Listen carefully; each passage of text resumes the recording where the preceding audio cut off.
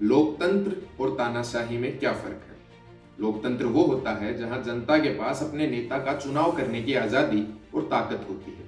वहीं तानाशाही वो होती है जहां जनता पर उनका नेता थोपा जाता है और जनता के पास उस नेता को स्वीकार करने के अलावा कोई अन्य विकल्प नहीं होता। लेकिन आज हम इस बारे में बात क्यों कर रहे हैं? क्योंकि हमारे देश भारत के इस समय जो हालात चल रहे हैं, इन हालातों को देखते हुए भारत को ना तो डेमोक्रेसी कहा जा सकता है और ना ही तानाशाही। तो फिर भारत की इस व्यवस्था को किस नाम से बुलाया जाए? नमस्कार, मेरा नाम आदर्श चौधरी है और आप देख रहे हैं द बवाल, जहां हम आपसे साझा करते हैं देश विदेश की जरूरी खबरें और दुनिया भर से जुड़े किस्से और कहानियां। आज के वीडियो में हम बात करेंगे कुछ ऐसी घटनाओं की जो भारत को ना तो तानाशाही में शामिल होने दे रही हैं और ना ही जनता को लोकतंत्र के भ्रमजाल से बाहर आने दे रही हैं। आप सभी जानते हैं कि 19 अप्रैल से भारत के आम चुनाव शुरू हो रहे हैं और इस समय सभी राजनीतिक दल इन चुनावों को जीतने की तैयारी कर रहे हैं।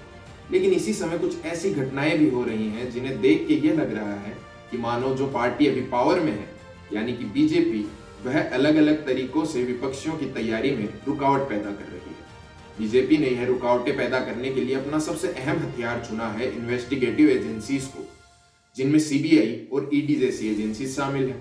इंडियन एक्सप्रेस की एक रिपोर्ट के अनुसार बीजेपी के पावर में आने के बाद ईडी ने 2014 से 2022 तक कुल 121 नेताओं पर रेड या पूछताछ की है, जिनमें से 115 विपक्ष के नेता हैं। यानी कि बीजेपी ने ईडी का इस्तेमाल करके 95% से अधिक रेड अपने विपक्ष के नेताओं पर की है।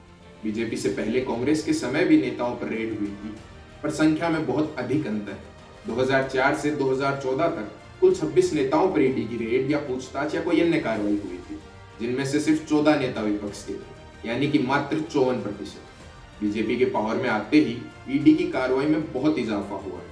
2022 के बाद भी ईडी के द्वारा की जाने वाली गिरफ्तारियों में जाने माने विपक्षी नेताओं के नाम जुड़े हैं। दिल्ली के deputy chief minister Manish Sisodia को इसी साल फरवरी में दिल्ली लीकर केस में गिरफ्तार किया गया था।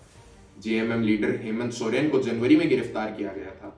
इस महीने भी 2 विपक्ष के नेताओं को गिरफ्तार किया गया है, जिनमें भारत राष्ट्र समिति की लीडर के कविता और दिल्ली के मुख्यमंत्री अरविंद केजरीवाल शामिल हैं।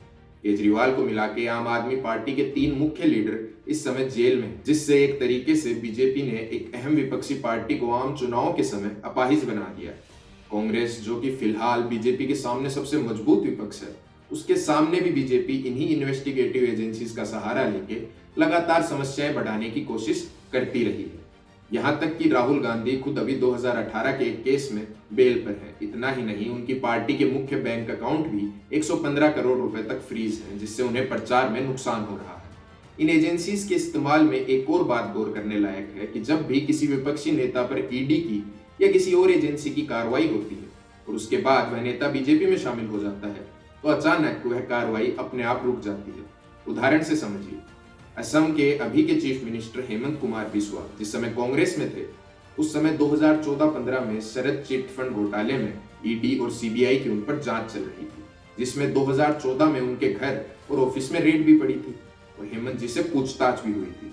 लेकिन फिर जैसे ही अगस्त 2015 में उन्होंने बीजेपी ज्वाइन की, वैसे ही सीबीआई और ईडी दोनों ने ही इस केस को ढीला छोड़ दिया और तब से अब तक इस केस पर कोई भी कार्रवाई नहीं हुई है। ऐसे ही और भी कुछ केसेस हैं जो ये साफ कर देते हैं इन एजेंसीज का सरकार के द्वारा भरपूर इस्तेमाल हो रहा है। सरकार में रह के इस तरीके से स्वतंत्र जांच एजेंसीज का अपने निजी फायदे के लिए इस्तेमाल करना लोकतंत्र या डेमोक्रेसी तो बिल्कुल भी नहीं है। लेकिन बीजेपी को पावर में लाने वाले भी हम ही हैं, तो यह तानाशाही भी नहीं है। फिर यह व्यवस्था क्या है? यह व्यवस्था लोकतंत्र और तानाशाही के बीच की एक व्यवस्था है, जिसमें धीरे धीरे लोकतंत्र पीछे छूटता जा रहा है और यह व्यवस्था तानाशाही की तरफ बढ़ रही है। जांच एजेंसीज तो बस एक उदाहरण है, ऐसी और भी कई घटनाएं हैं जो मेरे इस कथन को सही ठहराती हैं। इन घटनाओं के बारे में यदि आप जानना चाहते हैं तो नीचे कमेंट करके बताएं। साथ ही आपकी इस पूरी जानकारी पर क्या विचार हैं, यह भी कमेंट करके जरूर बताएं। ऐसे ही और भी वीडियोस के लिए हमारे चैनल द बवाल को देखते रहिए। आप चैनल पे नए हैं तो चैनल को सब्सक्राइब करना ना भूलें।